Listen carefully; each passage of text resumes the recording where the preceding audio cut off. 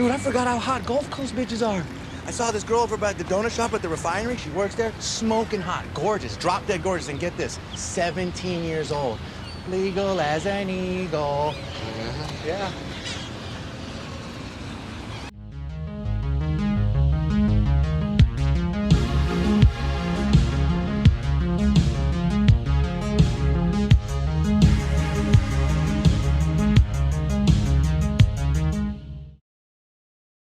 All right, welcome back to the Harbor. I'm your host, the Kino Cowboy. I'm with my boys, Scott and Casher. Casher is back. We're rocking and rolling.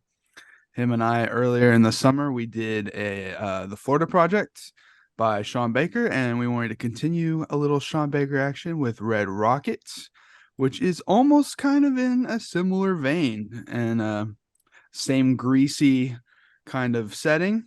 Could call it like trash core. Yeah, poverty core. Poverty core. I think social realism is the academic term. Poverty core sounds way cool. Whatever, nerd. This hit in 2021. I missed it in theaters, but yeah, because it was the middle of the pandemic. Yeah, well, I still saw it. It was shot in the pandemic. Florida Project definitely had me interested, and Tangerine obviously inspired me to shoot on an iPhone with a anamorphic lens, so might as well keep going. But I think a turnoff, not like a turnoff, but just like I can get to this later, is like the poster for this movie almost looks like a sex comedy, and so it was kind of confusing, and I didn't know what kind of tone it would have going in, and it was definitely similar to Florida Project in a lot of ways. So, but I did have fun with this movie and enjoyed it, and I like greasy kind of people and topics, and I like when movies capture that, and he captures it well. So, yeah, dude, like disgustingly well. The poster is definitely. I don't know who decided that. It does look like I don't know. It could be like a straight to DVD American Pie sequel or something. And it's interesting because even on Wikipedia it describes it as a black comedy drama film, and I'm like, I'm not going to say this movie has no comedy, but I don't know if I would even call it a black comedy. As much as it's just a straight drama, but also I do feel like he doesn't really care about working within genre conventions, or certainly not Hollywood conventions. His movies are plot light, I guess you could say. And part of this is I'm catching up because I wasn't on the Florida Project cast, which I thought was excellent, by the way, and I'm not just saying that. But I feel like we don't even really get to the, no pun intended, to the nut of the movie until like 30 minutes in, when we get to the donut shop, but we'll get there. And it's interesting. The Simon Rex plays the lead. He plays a down on his luck aging porn star, who he talks a lot of shit like he's big, but I don't know, male talent is even more expendable than female talent. In the unless you're like, whatever his name was that fucked Adam 22's girlfriend. Yeah, you're not really making a whole lot of names in the porn industry. And it's just kind of funny because his name is Mikey Saber, and when he's going for like real jobs and everything like that, he's like trying to show off his porn career. Not necessarily, which is immediate. I mean, we pretty immediately get that he's a grifter. Yeah. But that's such an insane thing to me to go to Trump country, because this is a Trump country movie. Very intentionally. It's a 2016 period piece. It's a 2016 period piece in Trump country. And honestly, one of the most empathetic takes of that part of Middle America that I've seen. I say Middle America, even though it's a Houston suburb, which I almost wondered if another director did it, would it be considered exploitative or something? But I think seeing the Florida Project and how empathetic that is to its subjects, and I do think there's definitely an empathy here, even though if it's not necessarily criticizing, but highlighting some of the inconsistencies that in the lifestyles that these people lead. It makes it very interesting, and it makes me glad. And that's why I like Sean Baker so much, because he's very intentionally setting out to destigmatize. I mean, he straight up says, like, one thing I'm trying to do is destigmatize sex work, or examine it. Obviously by showing the unsavory sides. He doesn't want to glamorize it, but he said that about I mean, that's in the Florida Project. Sex work is part of that, and it's part of this. And it's part of Tangerine too, isn't it? Yeah, which I got like 10 minutes into Tangerine when it first released, and I couldn't get into it because of the acting. I don't know, the acting seemed subpar to me, but I need to give it another shot because I love these two so much. I mean, when it's a zero budget movie, I'm able to give some leeway there. Yeah, I need to do that and give some leeway. Also he is 70. Sean Baker, I think. Yeah, I mean, Sean Baker, after watching this, I think is one of the kings of getting great performances out of fledgling or unknown actors. He's discovering incredible talent, like just in the Florida Project. The one that plays the little girl, like, insane. That's an incredibly talented kid actor.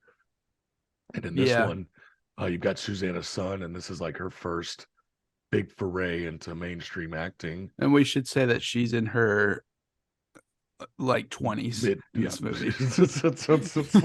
So it makes it a little less greasy when you're watching her wipe cum off of her mouth and shit. Well, right. It's and she's even though I'm guessing the age of consent in Texas is 16, like it is here in Arkansas. Because he like exclaims, like, what is legal as an eagle? Yeah, legal as an eagle. That is the exact moment where I went, fuck this guy. Because it's sort of those, like, I don't know, how sympathetic is this guy supposed to be? Who, by the way, I want to stop. Simon Rex plays this. The last thing I remember seeing Simon Rex in is Scary Movie 3. That's Dirt Nasty, dude. And he's Dirt Nasty, which I don't really know much about. He's in Three Loco, which is like a rap group with Dirt Nasty. Oh, Andy shit. Okay, now this is all connecting together. Yeah, Dirt Nasty. I've never listened. Isn't it good? Nasty, it is. I mean, are you okay? Yeah. Yeah, it's pretty silly. Wow. Okay. Yeah, he's in some stupid movies, superhero movies, Scary Movie 3 and 4. Yeah. And then he got Oscar buzz for this. Yeah, which is hilarious. Was not on my bingo card. And he's in a movie coming out, which I love the title, Pussy Island, whatever that's going to be. Is that starring Simon Rex or Mikey Saber? Yeah, I don't know. That's the thing. Mikey Saber, I do want to say, like, to his extent, just to say that male porn stars don't get as much notoriety as female porn stars. Like, I can, everyone knows who Johnny Sins is and that rapist guy, James Dean. Other than that, like, those aren't really, you can't name as many male porn stars as female porn stars at all. So, because he claims that he's had sex with 1,300 women on screen. So that's nothing to, scoff at. But here he is. Just so you know, looking into this, Simon Rex did do porn at the age of 19 in 1993. Okay. It happens. But, it is interesting that he is back down on his luck. No money. And you assume it's his own fault, of course. And it is. He gives a sob story at the beginning. I actually just rewatched this part of the movie this morning before the cast just to get his story straight. So it's interesting. So, okay, this is going to show how much of a degenerate I am, because basically every porn industry name dropped in this movie I know, including Mark Spiegler, who's not a porn star. He's an agent, but I know that. But he's a big name. You can look him up. And he looks Let's Expose Scott cast. Yeah, I'm very lonely. But wait. Let's pause. Hey, Scott, turn your gain down just a little bit, please. Oh yeah, it's a little past. Okay, good. As I rant about my inner knowledge of a little bit more. Okay, so he talks about they have this house, and it's true. A lot of times, porn companies will lease or even buy, these Hollywood Hill houses to give the illusion that there's some glamorous lifestyle these porn stars are living. Yeah. Uh, if you buy a nice house, you get nice women. That's the implication. Yeah, porn's good for your brain, but he said he was living in one of those places, and they might even have different rooms that are like set up with different sets, basically, that they can check. Apparently TikTokers do that too, which I don't get the ROI. There's a lot of cam houses where it's all girls and they have their own little cam room set up, and it's kind of like Andrew Tate. Damn, Andrew Tate did that. Cash, you're a little quiet for me. I don't know if that's just me, but am I quiet? Are you hearing me now? Oh yeah, eat your mic. Swallow your mic like you'd swallow a saber. Okay, fellatio jokes. But no, he's saying he's living in one of these houses, and basically he's saying the girls were strung out on drugs, and they were getting MS-13 gang members, and then I got in the face, and he beat my ass and threw me out, and then I was living on the street, and I got arrested, and they're like, well, why'd you get arrested? And this whole scene, you immediately get that the guy's a bullshitter. He's trying to be nice by offering them coffee, because he moves in with his ex, who they left right out of high school to pursue porn together, which is a pretty common story. And then you realize, oh, you can't just do couple scenes. Yep. That's how so he moves back in with them. He's still technically married to her. He's out of focus the whole time, as it's just a close up basically on Lexi, his ex, smoking a cigarette, dealing with his bullshit. And he's trying to be nice by offering them coffee, but it's their own fucking coffee. So what is he even doing? Yeah, he's a master manipulator into every little tiny way, very gradually. And that's why he's able to just push and nudge until he's able to just take a shower at their house. And then he's able to stay for a day or two. And then suddenly now it's a month or two. And it's just like all within turns into him paying the rent. Yeah. And he's a master at that. And it's really strange that Sean Baker's able to let me empathize with this guy to a degree, despite watching him be a complete piece of shit and despite watching him groom a 17-year-old girl the whole movie. It's really I don't know if I necessarily empathize with him. No, I'm able to care about the guy, and like I don't see. I'm like the complete opposite. Like throughout the entire of the movie, he just continuously like proves how much of a piece of shit he is. So I start off being like, oh man, he's just down on his luck, to being like, no, fuck this guy. I'm so glad he's getting what he deserves. No, I think I'm closer to Casher's side on this, because I think he manipulates the audience, dude. That's the point. Not me. Only weak-minded audiences like you, Kino. No, I'm saying that's the purpose. Is like he's even getting the audience. He's trying to get the audience behind his back too, in a way. I think. No, it's absolutely what he's trying to do. It's just like, I don't know. As soon as he starts grooming a high schooler, I'm like, fuck this guy. Full like, there's one thing like, okay, crashing on somebody's couch because you're down on your luck, or bumming rides, or having to resort to selling weed. Like, okay, that's all. You're manipulating people, but it's all out of a sense of desperation. But once you're trying to groom a girl who you say is like, this is like a Sasha Grey level find. Fucking yeah, piece of shit, dude. For it. Yeah. Yeah, but you empathize with that. No, you know what I'm saying. Like, I'm able to like buy into this character and be interested by this character and not just like, I don't know. There's a connect there. I can't imagine he had the greatest childhood. This is really how these things. I mean, any sort of like, for all we know, this guy. I mean, for example, this guy easily could have been sexually assaulted when he was young, and it gave him a sense of hypersexuality. That's not uncommon at all. Yeah, especially in the sex industry, to try to kind of reclaim your trauma in a way. Well. I don't know. I do want to point out just something before we go. The setting of this, like they picked the perfect Gulf Coast, Texas town. Almost similar to like how Paris, Texas embodies like the deserty, dry area of Texas. This like paints the perfect picture of shitty Gulf Coast towns. Industrial, small, fucking oil fields, oil processing.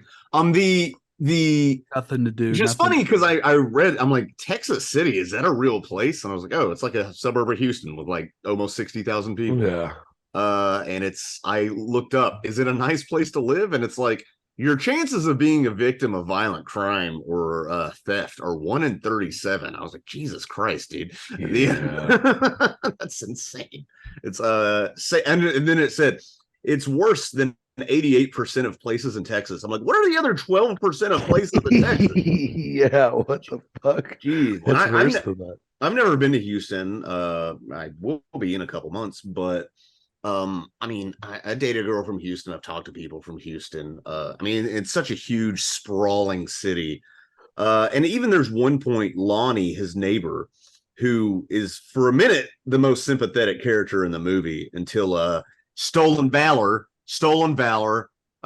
which is weird because I don't hate I'm not one of those people who's like all troops are heroes. Like our friend Matt was a meteorologist in the Air Force. I don't think he's a hero for that. I think he just, had a job. Like I don't think he was saving lives. You know what I mean?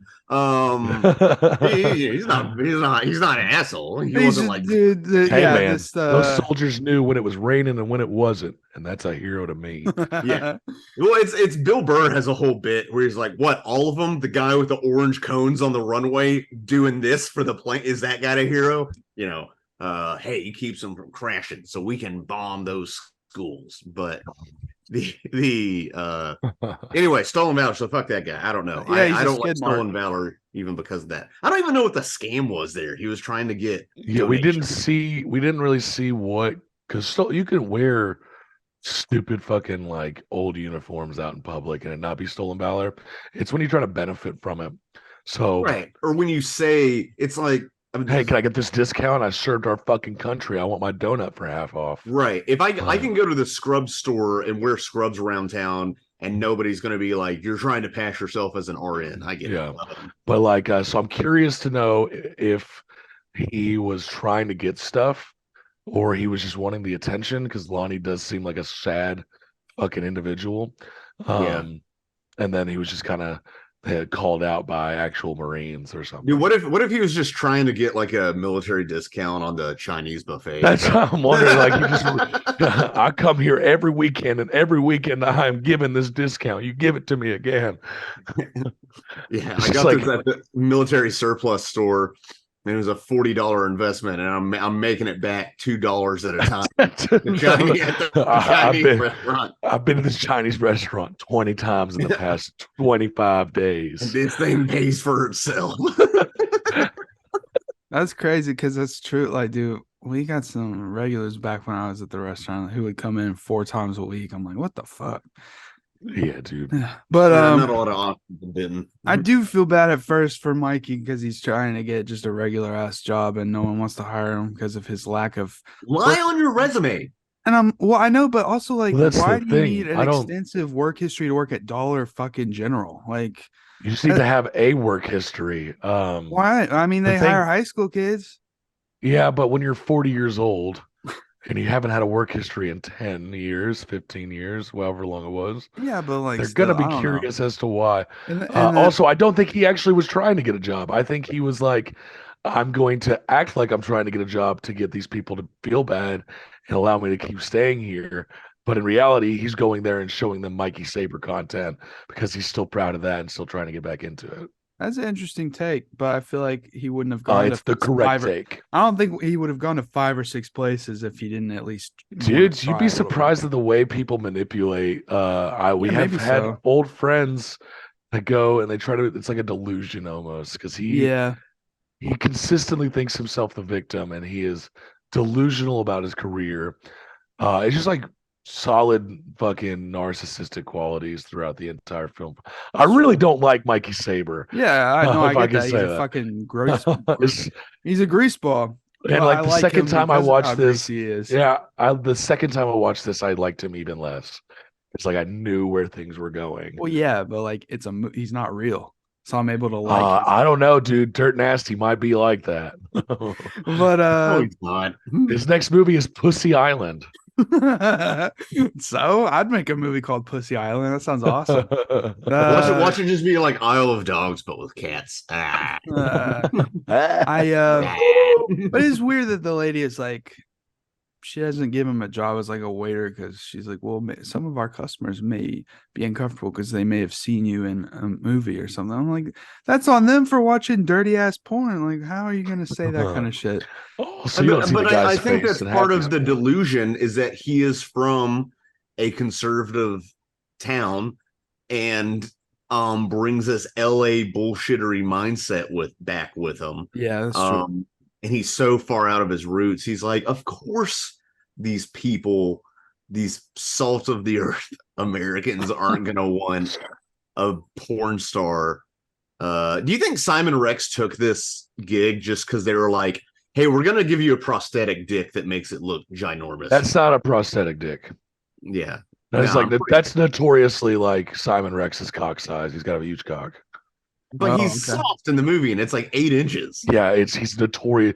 Like I've read and heard stories that he is notoriously hung. Now I gotta Google this, which I gotta do on my phone and on my work computer. Yeah, I've heard stories where like people talk about how huge his cock is. Like Willem Dafoe. Yeah. Willem Dafoe, I know. Willem Dafoe has to have a smaller dick prosthetic in movies because he said it was a fake penis. He did. I was running naked with a fake penis. Now, I was gonna say because I've heard a lot of stories about him, his big old wiener. I mean, he probably does, but that thing's like 8 inches flaccid. That's ridiculous. This movie is it's very it is very nowhere Texas, and I do like. There's a couple little details like they call different sodas Cokes. Like a lot of people, I hate that. Here. That doesn't bother me. I'm used to it. They drink Tahitian. But do you want a Coke and then you hand me a Big Red? I'm gonna act like you put a dagger in my back. Whoa. They drink Tahitian. The fact that you guys said it was Big Red was your fucking consolation. Most importantly, they bring up Luby's, and for people who don't know, Luby's is the premier cafeteria style restaurant in the South. We used to have one where I live, and it's no longer with us. I wonder if they've got a Luby's where I moved to. Yeah, it's like old school, old people food, like cafeteria style, but I have a soft spot for it because my family would go there when we would take trips to the city, and it's very Southern. And so it's Mima and Peepaw core to the max. For sure. So we do see on the TV the primary, not the primary, like the Republicans, what's it called? Well, Trump's basically talking on TV and stuff, and you get a sense of that kind of thing. He rides his bike underneath a giant sign. You can see partially it says "Make America Great Again" and stuff. And this is just part of the setting, but I feel like it is an important part of it. Well, as a filmmaker, I notice Sean Baker is very aware of the media that his subjects would engage with. That's not a word. Engage with, interact with. So, for example, in the Florida Project, there's a lot of being on your phone, a World Star reference. And in this, there's a lot of trash TV. Your Judge Judy-esque shows. I don't even know what her name is. The black woman, Judge Judy, the black Judge Judy. That's not her name, but yeah, I don't know what I'm talking about. I don't watch it. My mom watches all of those. You could have probably named every single character that was in that household a cashier, and it would not be far off from the real thing. But the point is, like, they're instilled with, it's and all the news they watch, the local news, it's all tragedy. Good news isn't making the news. It's not good ratings. Fear gets good ratings. So it's this culture of fear and this constant living on the edge, and a lack of, I guess, proper, nourishing information that they get. That leads to this cycle. And I think a lot of people, especially people on the coast who just don't get it, they've never spent a lot of time in this part of the country, and so they don't understand the bubbles that certain people live in. Sure. coastal elitism, it gets bandied about almost as this like anti-liberal, anti-woke mob thing, but I do think there's an element of truth to it. I mean, being referred to as a flyover state and how that can create resentment, but also it's not entirely untrue, you know, because if you look at the educational rankings, Arkansas is like number 49. So and At least we're not Mississippi. Yeah, I don't know. Them opioids knocked West Virginia down a few pegs, which I guess was good for us. I don't know how that works. You know, this is supposed to be the United States of America, so if one falls, we all fall. Yeah. Oh man. Yeah, and I like that he immediately goes to try and move weed for that neighbor lady who he used to back in the day, and she's still moving shit. I guess, you know, you don't have too many bud hookups in Texas City. So also, I wonder, Texas has some of the strictest laws in the United States with marijuana. So it's like it's not like me getting a fucking sack of weed and selling it. But also like it's a lot more scary there. Even just 6-7 years ago in 2016, it was much harder. Like right. It was Austin's an exception. It was only like Abbott California and Colorado back in 2016, really. Everything exploded like right after that because they saw how much fucking money Colorado made, and they're like, well, I guess we can let these druggies have their weed. Texas is still behind the fucking Texas thing is about fucked. It, yeah. If you get caught with like pot brownies in Texas, they count it like by the pound of like, even though it's just brownie batter and shit. Like, fuck you. Yeah. Dangerous. Yeah, well, you know, they don't want tax. They don't have a state tax, so I don't know. They could be funding their electrical grid down there, but yeah, psych. Ted Cruz has fucking vacations to get on. Yeah, we have brownouts in my apartment complex. Like my power will flick off for a second and then back on. It's called a brownout. If it's a complete blackout, you know what a blackout is. A brownout is a drop in voltage that causes it to like. I didn't know that. Yeah, brownouts when everyone takes a shit at the same time. Yeah, and flushes at the same time, and poo goes everywhere because the sewers are. Well, it's the way. It's such a podunk little back town. Obviously, most of the population are going to be the men that work for the oil company and their families and stuff. It's just like. It's just one of those little in-between little areas that you pass through and don't think twice about. But and that's why that lady and her family, they're able to just sit in the backyard and move weed and have people come up to them and stuff and be casual, not worry about it, because no one cares in this little specific area. And it reminded me of when me and Cody would go and walk up to Cameron Fatrick's fucking garage and just pick up shit from there. Or he would do a dead drop in a boot and shit like that. Just greasy backyard Southern bullshit. And Sterling dropping off weed that he pulls out directly from his pocket in no bag. Yeah. And I do wonder how he's able to move it so easily before he meets the oil guys at the donut shop and stuff. But, you know, whatever, because it's only... He's a hustler. He's a bullshitter. Yeah, he's good at it. He sells to high schoolers. Definitely good at it.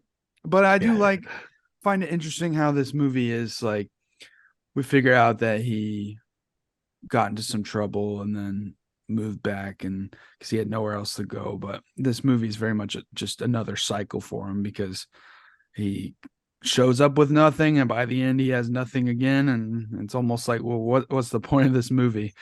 You know, but that is the point, I guess. And it's fascinating. Of like a piece of shit. Yeah. It's like essentially. It's almost like the anti-hero's journey, like the circle that you see for Campbellian archetypes. He enters into a new place. He meets a maiden. He overcomes trials. He tries to return to his home, but it's different. Like it's the guy's a piece. Yeah. They're what was I gonna say? It's funny too because he is grooming Strawberry or Rayleigh or whatever her name is. Strawberry. Suzanna Son scary. He is grooming her, but she's almost smart. Like she's smarter than he is with a lot of shit. And very much so. I feel like she has a lot of the, like she's not manipulating him or anything like that, but she knows where he is and who he stands for, and it's kind of just like, let's fuck around and have fun for a little bit, but let's not take this guy as That's the seriously as weird he's trying part, to is that take she you. definitely, there's a lot that she's just down with, despite knowing that he's 40-year-old, because she's like, you're an actor agent in Hollywood, but you're here slinging weed on a bike and shit. And he's just like, well, so obviously he can't pull the wool over her eyes completely, but there is this weird balance of, okay, I know he's a loser, but I'm in on it. I'm maybe aroused by fucking around with this 40-year-old guy, but her dad's absent. They know. And then Daddy issues. but there are the clear manipulation tactics that do work on her, like when he talks to her about the industry, and then he takes her to the strip club to get her more interested in that kind of alluring lifestyle, and then he shows her some footage, and then he convinces her to film them when they're having sex, and it's just like this gradual lead up that she might think she's got it on him, but clearly he's still got the upper hand because he is a grown-ass man, and it's just it sucks how good he is at slowly but surely inching his way towards what he wants. And he's not just grooming her to be a partner, he's grooming her because he thinks he can use her to be the next big thing in the porn industry in LA, which makes it way worse. So they I guess when Baker was doing his film Starlet is whenever they conceived the Saber character, and they called him a suitcase pimp, which Baker defines as a male talent who lives off of a female talent in the adult film world, which I feel like may be a lot more common than any of us would actually know. It's actually, it's kind of dying off, actually, in a lot of ways. Not with like big production companies, but during the pandemic, there was a huge explosion of women who just decided to start an OnlyFans and do online sex work and make extra money, and it oversaturated the market.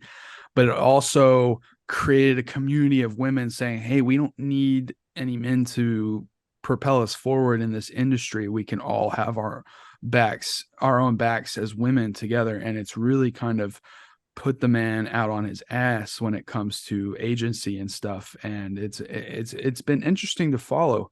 And my fiance fills me in on this kind of stuff because that's what she's interested in. And we both, I don't know. It's definitely almost like an end of an era. Like he would have maybe gone out to LA and then he would have crashed and burned again, I think, once the pandemic hit. Oh yeah, absolutely. There's no version of the story where his plan works. Yeah.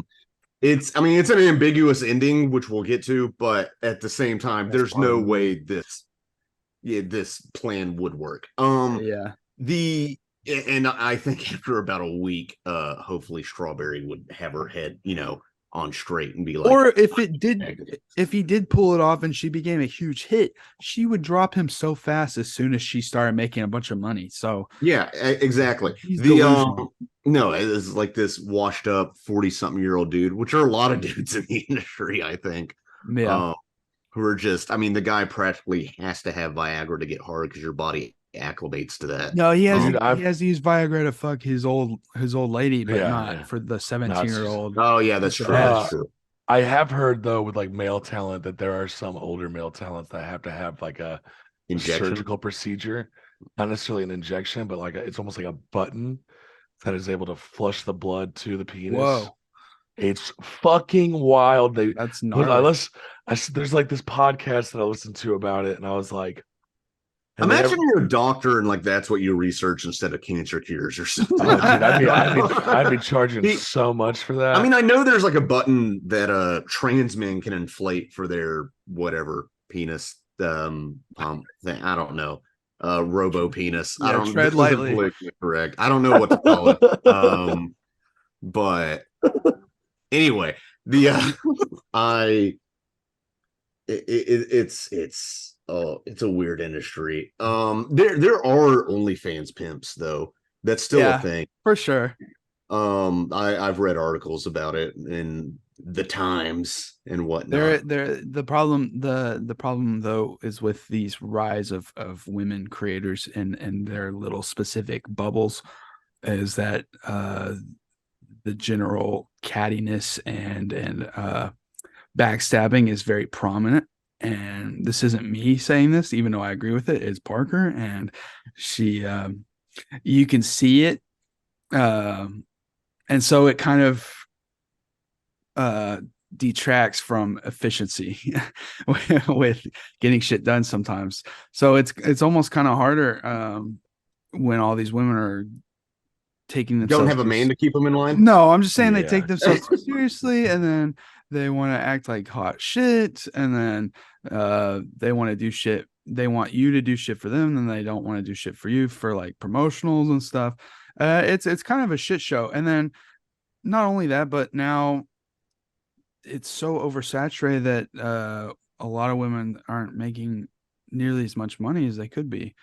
And another even worse part, this would definitely happen to Strawberry if she went the OnlyFans route, is that a lot of 18 and 19-year-old girls, instead of pursuing a career or like something in college, they decide to go straight to OnlyFans, and then they burn out in 4 or 5 years.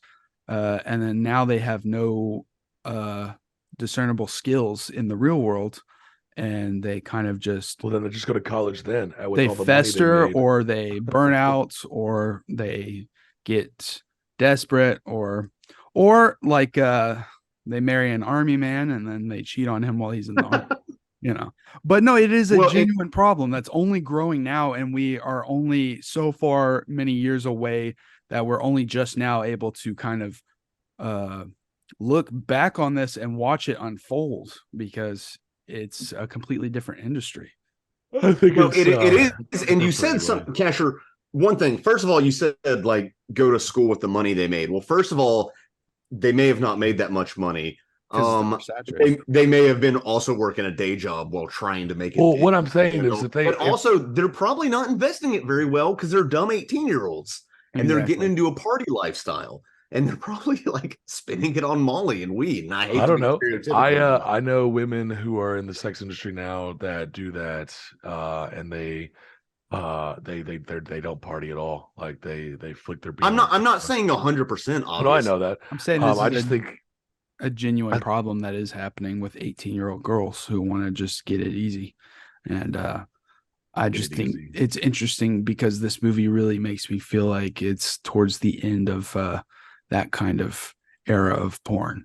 And poor Mikey's not poor Mikey, but he's just like, he is beyond a has-been, obviously. And he was probably festering out there long years before he even decided to come back here. He probably hasn't made porn in a long ass time. And he was boasting how out he had almost 900 subscribers on his Pornhub account. And I'm like, okay, dude. That's not that much. No one wants to watch your old ass 2008 porn, like it's old news. People want new shit. Yeah, dude. People stuff's more hardcore. People want the gagging and the vomit and the piss. And they don't. That's just you, Scott. They want. Okay, you're right. They want simulated incest. That is true. It's weird. I don't know. It's what were we talking about? I don't know. He goes to that donut shop. He goes to that donut shop, starts hanging out. Donut shop. And why is that donut shop open at like 7:00 at night? I don't know, but hey, they gotta make because the real donut shop was open in the morning, and that's when they could film. Well, I also think in like a rural, like fucking oil town like that, different shifts go in, so you have. That's like, true, actually. Oh, yeah, that makes sense. Yeah, it's probably working 24 hours. They got kolaches and other stuff too. Yeah, it's like I don't know. That's like the working man's. You get a donut and coffee before I go in. Hey, I live across from a donut shop, and there's a adult woman there who's pretty hot. Do you think I should go and tell stupid donut jokes to her to try to pick her up. Is it an adult? Like, is she going to be an adult in like 2 weeks? No, I'm pretty sure she's an adult now. I think she does have braces though, so I don't know. She looks like 25. Yeah, He's wearing like. He's riding the a worst bike part for is, like, one thing. He's wearing clothes that are like 10 years out of fashion. Like they look like 2007, 2008 looking shit. He's wearing like he got Mark it all from a Echo. garage sale. He's wearing like fucking Mark Echo jeans and a fucking G Unit shirt. Yeah, it like the most dated shit. And he makes that joke about like a strawberry filled donut, and he's like, "No pun intended." Like, it's just greasy. That Riz is dude. so good. Great Riz. Yeah, 40-year-old Riz. Hell yeah. But yeah, it is fascinating. Because he so quickly gets her to just break up with her high school boyfriend and just so casually. And then he threatens him. He goes to his house and threatens him. He's like, "Hey man, let me show you all the videos I've been in. You're out of your league on this one." Yeah, instead of just like 17. getting her to break up with him like quietly, he wants to boast. Even then, he's using that as an excuse to show off his fucking porn. And he's like, "You don't know what you're messing with." And he's just like some 17, 18-year-old guy. Like, what the fuck are you talking about? Like, it's pathetic. So fucking weird. And then imagine the kind of life you live where you say, "Hey, my friends with benefits in high school is getting banged by a porn star mom and dad. Let's go beat them up in front of a donut shop." And then your parents are like, "Okay, let's go do it." Well, this guy is obviously deserves getting his ass beat. So, oh yeah, no, that's a fun part of the movie, as fucked as it is. Because yeah, it's like she calls his mom a whore for no reason. It's like, what the fuck?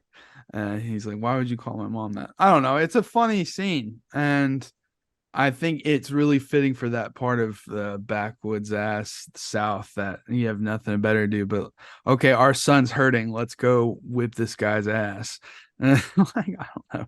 You would think they would tell Strawberry's dad what's going on, but obviously her dad's so far out of the picture enough to where does it explicitly say what he's doing or not? I don't remember that it says. She says at one point that her mom is dating some guy in Houston, and now she leaves for a weekend so they can get freaky, and then she's like, "So you can come over and we can get freakier," is what she says. Okay. Yeah. I will say that is the cutest house I've ever seen on Little Coast. Like, I really like that little like cottage style right on the fucking water with the gazebo. I don't know. I got super fucking into that house. I liked it a lot. Yeah, it's a lot of house poor people. And I guess they're paying rent in for Lexi's house. They rent the house because they mentioned him paying rent, and he pays $200 a week to sleep on the couch. And I guess his credit history or whatever is so bad, or he can't afford a deposit on an actual apartment. Because I'm like, dude, I feel like for $800 you could at least get your own bedroom somewhere. Yeah, but he doesn't have a job. He doesn't have a job, and he can't. What's he put on his application to the apartment? Mikey Saber. You need something for taxes, bro. Yeah, I do want to get into Lonnie, and we briefly touched on him being stolen valor, but probably the most fucked up thing that happens in the whole movie happens to Lonnie, which it's like you don't expect it to happen whatsoever. So when it does, you're like, is this a real part of the movie? Is this something fabricated in the mind? And it's like doing almost missing the highway off ramp and causing a multiple car view pile up that's killed. Or has several injuries or fatalities. Yeah, or 12 people are in the hospital or something. That's the thing, that it's the execution of the scene that's interesting, because you don't see it, and it just you don't see it, just cuts, and then suddenly they're through the driveway throwing up. But it is it is Mikey's fault in a way for pushing him and be like, "Oh, there's our exit," kind of. So, but at the same time, I do wonder, and I don't know how the law works. Would he be culpable If he left. If he left the scene, he would definitely be. That's right. That's what got him. Yeah. It says here on the Wikipedia there wasn't any fatalities, but there were injuries. So yeah, it's not like he's gonna get like a fucking vehicular manslaughter thing. But yeah, he's definitely gonna get like a negligent driving or something like that. Obviously, it's for the budget they can't plan a fucking it's like $1 million movie. They can't do a 20-pile car up, so that's why it cuts. But I think it works better for the kind of movie it is anyway.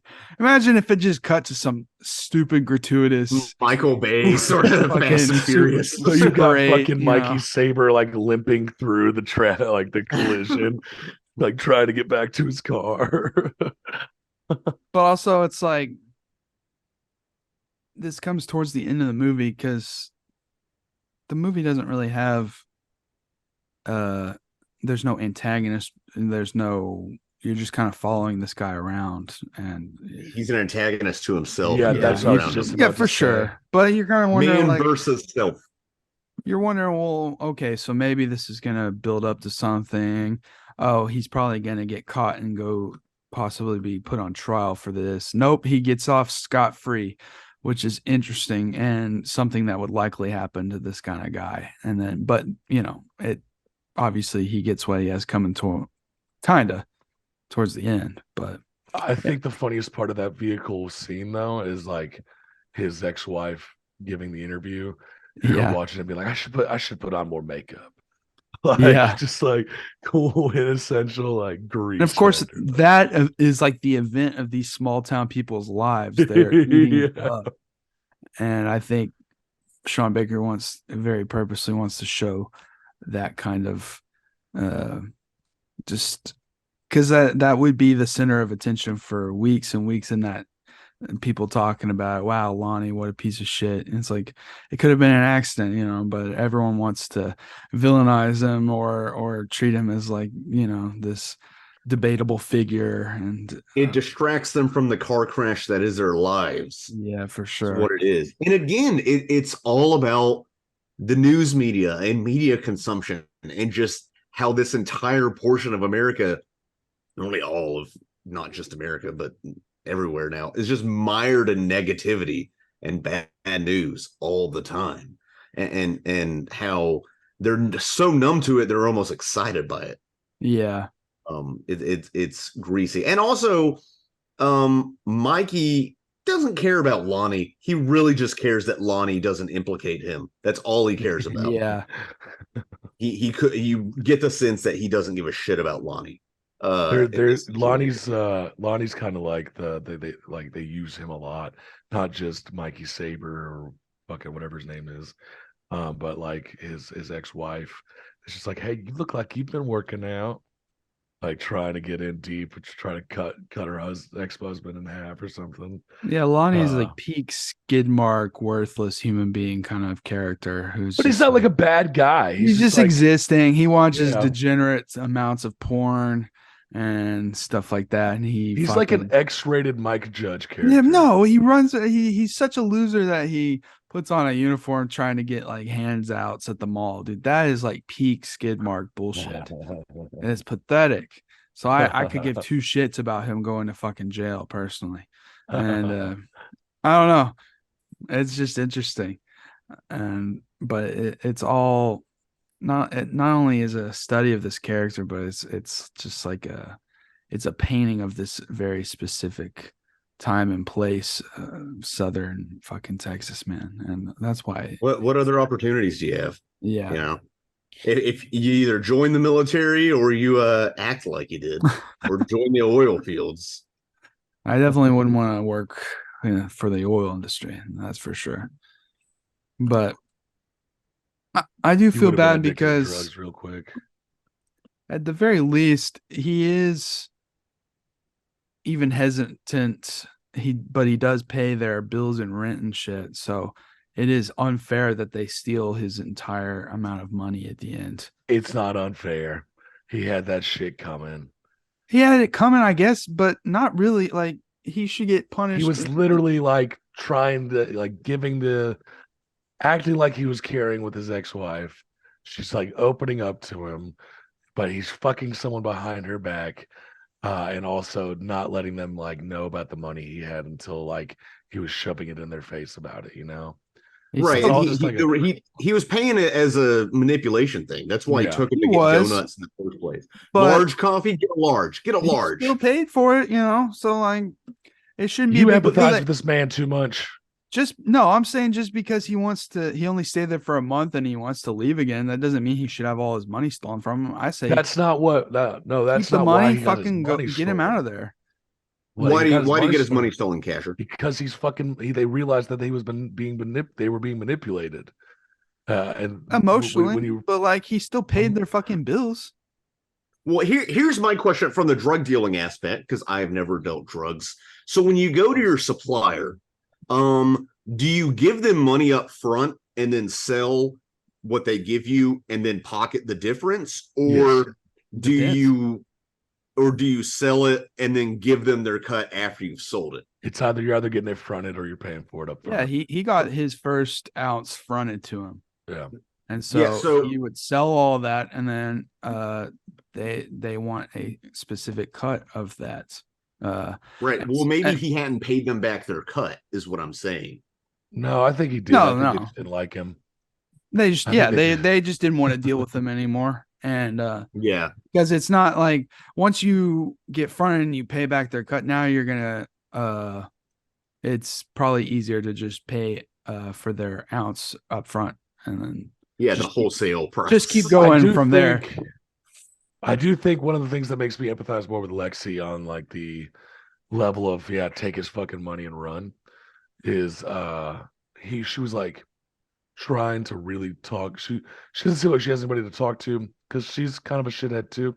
But she tried to open up about her child with Mikey, and he kind of just like shut her the fuck down. Well, that's the thing. She has her own baggage, and she's not fucking 100%. He's in her bed though. Like he's in her bed. He's like, she's wanting some kind of comfort. She obviously thinks that he's changed in a new leaf and like wants to be with her because he's fucking her and staying with her, taking care of her. But then when she tries to bring up something important that's not just about her fucking pussy, he shuts it down and is like, yeah, that's really shitty. It's so shitty. But also, I feel like has her own shitty piece of shit baggage too. So I know that, but like, I don't know. I just like a lot of gray area there. Her taking the 3K is definitely like a vindictive, like, fuck you for fucking me. Oh, it is, absolutely. And they say earlier in the movie, Lexi's mom is talking to her and is saying, like, basically, don't break her heart, or I like you being here because she doesn't have to trick herself out on not on OnlyFans, on Craigslist. God. Which is, I know. And it's, she's a greaseball too. So, like, Craigslist doesn't even have. I can't help but think that Mikey caused her to be that way, though. With the way he's trying to exploit Strawberry. Oh no, he did. Because they mentioned that they moved out there like after high school, but they're like the same age. Yeah, but I still feel like he may have pressured her into something. I don't know, Mikey. I don't. Yeah, well, she shouldn't have given up her child. So, hey man, some people have to do that. Be a little empathetic there. Yeah, or maybe she got taken away. I don't remember the exact conversation. If she got taken away, then fuck her.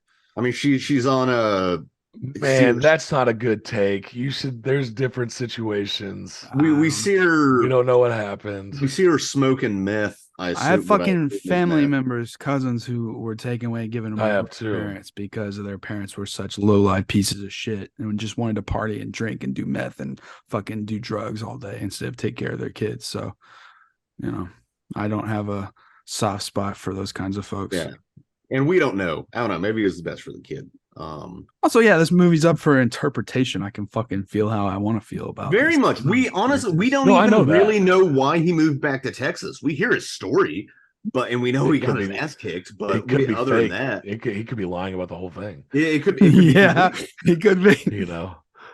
Like, I don't know. Also, that's the part probably. Well, I guess since he gets the 3,000 taken from like the drug dealers' kids and the people there. I do want to talk about Sean Baker fucking kills it with this ending again. Well, hold on. We're not to the ending yet. Hold on. We're like, right? Are we not? No, there's some more stuff I want to talk about with Strawberry.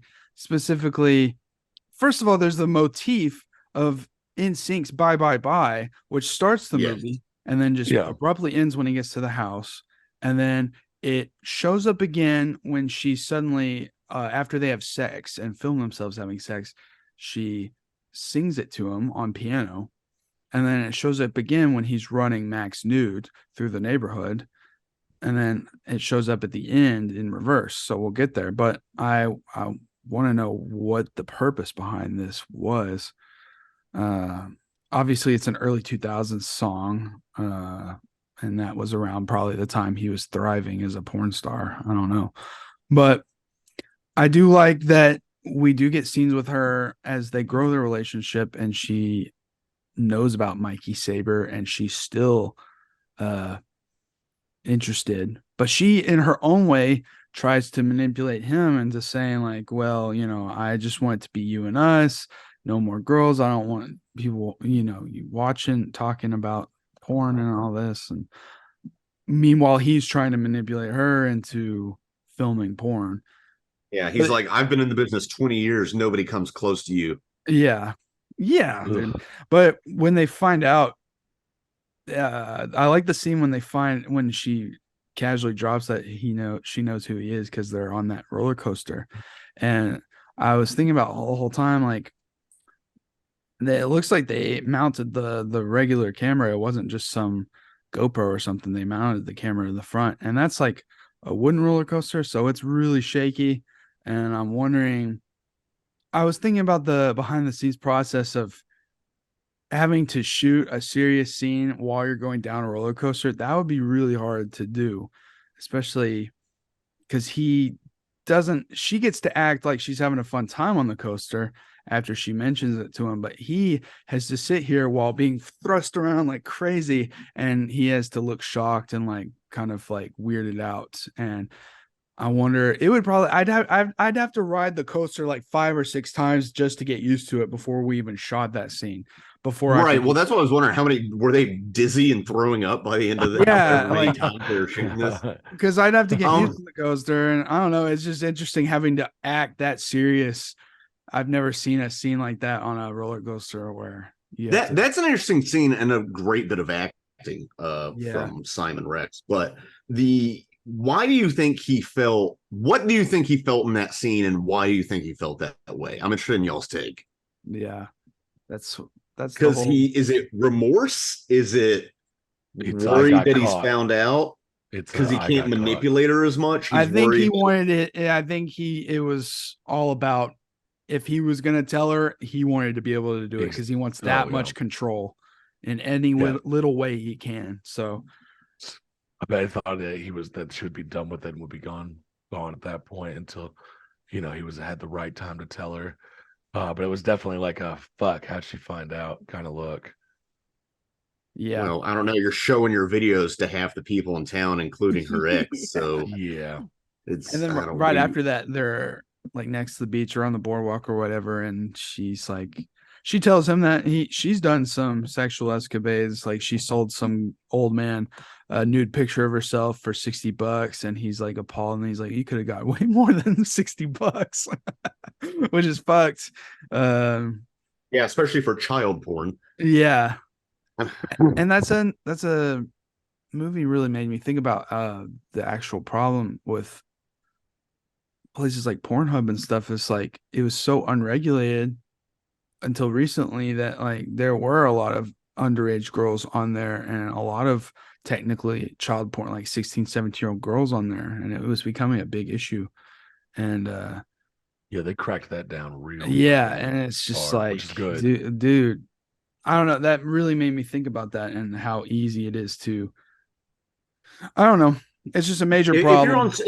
She mentioned she's on Reddit, and it's like anybody can post to Reddit. I know. That's what I think about. You can create a Reddit account. All you need is an email address. That genuinely made me like step back and like think, because I'm a man who's been on Reddit, and I've looked at inappropriate. What are you admitting to, Adrian? What have you looked at? You like looking at porn? You jerk off a lot? I have looked at pornography before and on Reddit, and it kind of made me think, like, only once though. Like that's a actual problem. Like, what if it could be easily lied to on Reddit. And I don't This know. is why we should only watch cartoon I don't know. porn. It No. made If they hold a sign in front of them that says "I am over 18," then they're over 18. Oh yeah, but I don't know. It just like that really made me uncomfortable in the movie to think about. Like, supposed to, yeah. And so I think, And the guy who it's really asked powerful. her, the guy who, and she's so nonchalant about it, which is what's gross, but because porn has become too normalized, it just has. And I'm not anti-porn or anti-sex work in any way, but it's definitely, you can't act like it's not affecting relationships. But the I don't know, it's like the guy who messaged her on Reddit or whatever for personal pictures or video or whatever. He didn't necessarily know either. He's not like, ooh, hot 17-year-old snatch. That's, I mean, he might have been. I don't know. I'm going to clip that audio. No, don't. Please No, it's just, it really kind of fucked with me. It freaked me out a little bit. And then it made me feel even more like gross hatred for Mikey and him using that as like another way into like, oh, maybe we should film some stuff. It could just be you and I again, even though he knows already that the couples thing does not last forever at all. And he just wants to repeat shit. I think because he knows nothing else. His dumb fucking brain knows nothing else. And so he's, I mean, what do you, especially as a male star, like, what do you do? What else do you do once you get old, and you're not a Ron Jeremy or somebody famous, who certainly had his own problems, which I was shocked. I thought he would be an upstanding moral citizen, but I think that a lot, about the women, but also the men who, I mean, what are your options after? I don't know. Maybe you should have stayed in LA and waited tables. They might have accepted you there, but apparently, too many people who'd beat your ass. Maybe you should have gone to Sacramento. This guy, I think, cannot stand the idea of just doing a normal fucking job. I mean, and I don't blame him after, 20 years in the industry getting to do that, which honestly, if you read about it, it's a lot of standing under hot lights and waiting around. It's a film production. It's like, I don't know, sounds like would you enjoy it after all that time? But also I think this is, not to denigrate sex workers, but I think there's a lot of guys who that's about as complicated as their brain gets. And we see that in this character of like, this is what I want to do. I want to bang hot women. I can't have a regular job. I'm too much of a stud. Yeah. And then, I don't know. It's sad. It is sad, and it kind of just follows that. I don't know. There's some parallels to the Florida Project, I think, in that way. Absolutely. And I mean, like the common theme with these films is like to not like he says to destigmatize sex work. So like Tangerine's about has sex workers in it, and trans, Florida Project has sex workers, and it's just like I think he just likes. Maybe just Sean Baker really likes porn. Maybe he was trying to direct porn, but they're like, Sean, you're spending too much time on the script and not enough on the Megan. The mom in the Florida Project. Fuck you, Brazzers. Porn. She's just on like Backpage and shit. Yeah, I'm still a sex worker. I know. You don't think she's not flicking the bean for the camera, dude? I don't know. Or hasn't at one point. Well, the thing is that it's destigmatizing, but it's obviously critical of it. And it's critical of the fact that sex work is not most people's first choice. And it often, most of the time comes from either a delusion that the life will be more as glamorous as depicted, or absolute desperation, or a mixture of the two. Because, I mean, what other options if you're a woman in Texas City from a working class family other than working at the donut shop? I mean, what do you do after college? Because she doesn't seem college bound. So you just keep working that minimum wage job. Because you're a woman, you're not going to work at the oil processing plant. Yeah, you might. Realistically, I mean, not to say that you can't, but realistically. Yeah, no, it sounds like you're like women can't do oil. No, work. but that's not what I'm obviously saying. that leads to why she so quickly accepts his invitation to run off to LA. Obviously, that sounds like a luxurious idea when you live in somewhere like Texas City. And you've you're never been to 17. LA, and you don't know how much of a shithole that place is. You're 17, you're young, it sounds exciting, and you think you do find yourself attractive, and you know, she puts on this kind of thing, and she likes the way she looked on camera when they watched it back and stuff, and she's turned on by the idea. So really easy to get her to say yes, which is sad because that is a very realistic scenario for a lot of girls have been groomed in a similar fashion. Happens all the time. Yeah, all the time. and at that point I'm just like sunk in my chair, like, this guy is fucking disgusting. Like, he's gonna ruin this girl's life just because he can't fucking face the music of his own life. And so yeah, I guess in a lot of way, you know, he had it coming to him. I don't think his whole $3,000 should have been stolen. Maybe just enough for next month's rent or something. But I mean, he had to keep $200. Yeah, $200. Wow, Enough to get the. That's enough for a Greyhound and nothing else. That's enough. That's not even enough for a Greyhound and a sandwich. That is a fucking really stressful scene. Really funny though. Almost reminded me of some shit like in Good Time or Uncut Gems or something, where they're all yelling different things at each other and stuff. And just imagine you wake up and there's 3 fucking people in your bedroom trying to fucking steal your money. Like, is and you're naked because you sleep all natural. Yeah, it's a very like grungy, low income kind of realistic scene that's like almost too real. I don't know. I love that part. Like, it's so gross. And then he runs completely nude to the house. I don't know. Yeah, can't even grab a pair of underwear. And that's like, yeah, it's a fake dick, but I do appreciate movies that allow men to hang dong a little bit, you know, and not enough equity and nudity. Yeah. And that's why I like Righteous Gemstones, is how much weird homoerotic male nudity there is in that show. I forgot you're watching that, and I'm so glad you are. Yeah, I just finished season 2, so season 3's. I'll be starting season 3 soon. Nice. But yeah, I love it. Yeah, so like after this month of stupid shit, he's now literally has nothing left. Like, he's naked. And they give him $200. And bye. What I find interesting is the real close up on his ex-wife's face, or I don't think they're divorced, are they? No, they're not. They're technically still married. Yeah. There's this lingering close up on her eyes as he's trying to worm his way basically one last time into somehow fixing things, and they're stonewalling him at every single turn this time, and it's not working. So it's interesting to watch it all fall apart in that way after watching him manipulate everyone the whole movie.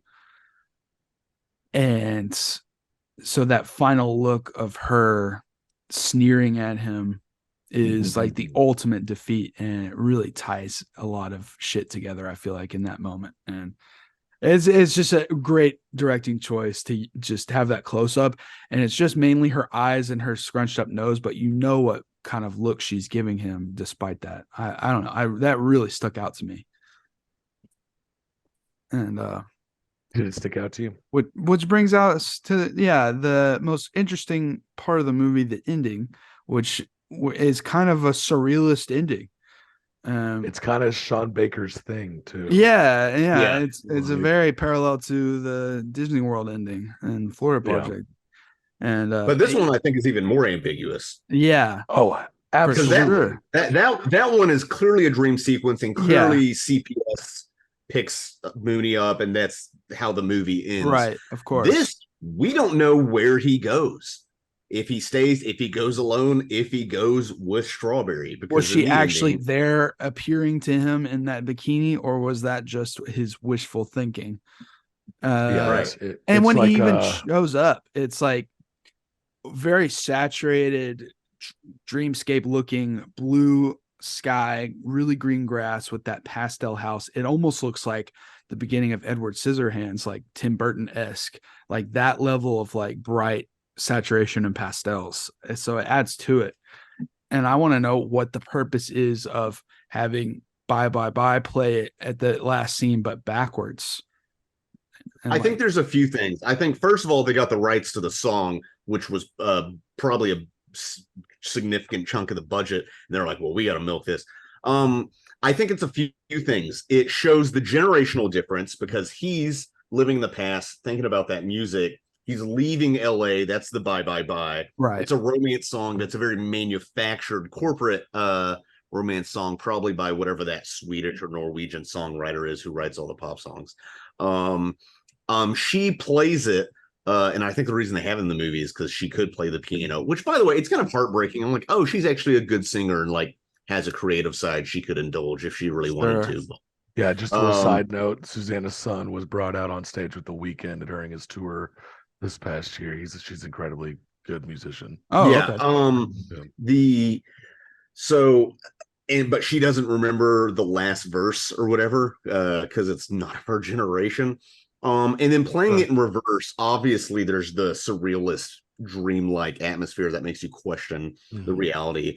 And also, is the reverse of Bye Bye Bye supposed to signify him returning to LA, a hi, if you will? But no, for sure. I feel it just adds to the ambiguity of it all, I think, and to the unsettling feeling that the audience gets. I don't think there's any one meaning behind it. Yeah, for sure. And yeah, starting the film with the song and then ending it with it in reverse is pretty obvious. Like, okay, he's just he's on a loop here, and he's on a loop. It's a path of just cycle of poverty, cycle of sadness. Cycle of sadness. I don't know. Yeah, he's gonna. That's gonna be the name of my exercise. What gets me about trying the to last escape scene, though, again is like when we're not sure if he's dreaming or not, but his eyes are like welling up with tears at the sight of this 17-year-old soon to be potential porn star. But even that, I think it's her 18th birthday or something, or he's trying to get her like ready for her 18th birthday. His eyes are welling up, and even that's ambiguous. Is he finally showing remorse, or is it just realizing that this isn't going to work? Because yeah, you know, because I mean, he's got to realize that could be happy tears. Maybe they work. Like, does he even have enough money for 2 tickets? I mean, Greyhound tickets, if you're buying it the day of, it's going to be more expensive. She has money from working. Yeah, she's a donut girl. She works at the donut. Oh yeah, is she gonna be like, I need you to buy your own ticket as well? Why would? Yeah, I don't know. And I don't have enough money. Also, I don't have enough money to get us a place to stay. Yeah, maybe him welling up is him accepting, like, okay, I've gone too far. This is, once he sees it, his idea materialize before him in this girl in the red bikini. It's such a extreme image to him that maybe it snaps him into focus, and he has to accept the fact that there's nothing for him left. That's what I hope, and that's what I was thinking all afternoon after watching this movie yesterday. Which I kept thinking, man, I hope that he realizes that this isn't going to work and leaves her in Texas. Which is, you know, it shows how successful the movie is because these people aren't real, and obviously nothing happens after. But I'm so invested as if it is real, which is, you know, that's storytelling. The power of art. The power of art. Yeah. So definitely the ending is what makes it for me, for sure. Classic Sean Baker. I'm excited to see what his next film is going to be like. Sure. Yeah. I hope this movie, it honestly probably, it made like $2 million box office on a $1 million budget. Obviously, in COVID, people weren't going out to see this kind of movie, or any movie really, but especially this kind of movie. People don't really go to see this kind of movie that much anyway anymore. So we'll see. I mean, I'm sure he's gotten so many. He's gotten Oscars, or at least his performers have, and great accolades and critical response. I am wondering what his next thing is Yeah, gonna. I'm looking here. He's producing something. Oh, he's producing Love in the Time of Fentanyl, which is a Yeah. documentary. But then he has another thing that's like to be determined. It's called And Nora, Nora. which, man, yeah, he's not got a movie I don't like. The only things I haven't seen, I've only seen 3 of his films, but I need to go back and do a little deep dive on him. Sure. Yeah, so that's Red Rocket. Red Rocket. Red Robin. Definitely worth your time, especially if you like It's Florida it's about a Project. dog wiener. That's what Red Rocket's about. It's about a dog Yeah. penis. Yeah, I don't I actually I really did think about, like, I think it's supposed to be just a normal penis, but it just makes me think of a dog's lipstick. Dogs could, yeah, it's just dog cock. That should be the name of the. That's the name of the movie in other languages. It didn't Dog translate, cock. so they just call it dog cock. All right. Yeah, pollo perro. Yeah. Or Red pollo, Rocket. pollo, not pollo. Pollo's chicken. Pollo perro. Next week on the harbor, we're doing Perfect Blue. Satoshi Kon. What? I didn't know that. Look forward to that, everybody. Thanks for listening. If this is your first time checking us out, or if you watched the Florida Project and came over to this one, you like what you hear, we could use a little bit of support. So, My Cash App is #. No, Cash Like App. and subscribe. Follow me at Scott K Comedy on Instagram, where I don't post stuff, but follow me anyway. Yeah, I wrote a book. Checked out that book. If you want it, you can find it somewhere. I have an expensive cocaine habit. We made a Boston Flasher. we made a tie-in film to our podcast, The Patrician's Guide to Kino, if you want to watch that for some stupid satire. Other than that, we'll see you next week. Thanks for listening, everybody. See ya. Goodbye.